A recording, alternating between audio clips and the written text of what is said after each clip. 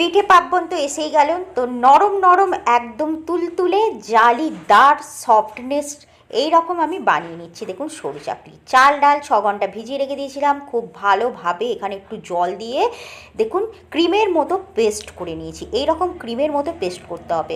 Batter ready.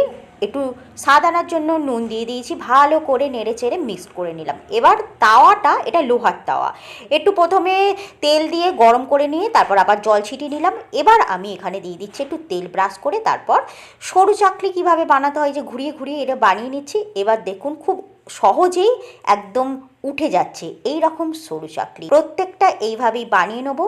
প্রথমটা ছোট বানিয়েছি, এবার আপনাদেরকে বড় করে বানিয়ে দেখিয়ে দিলাম। দেখুন কোনো ঝামেলা ছাড়াই চটপট উঠে যাচ্ছে। তো এইভাবে আমার রেসিপিটা দেখে অবশ্যই বানিয়ে নেবেন আর এই রকম জালিদার নরম তুলতুলে তার স্বাদ পাবেন।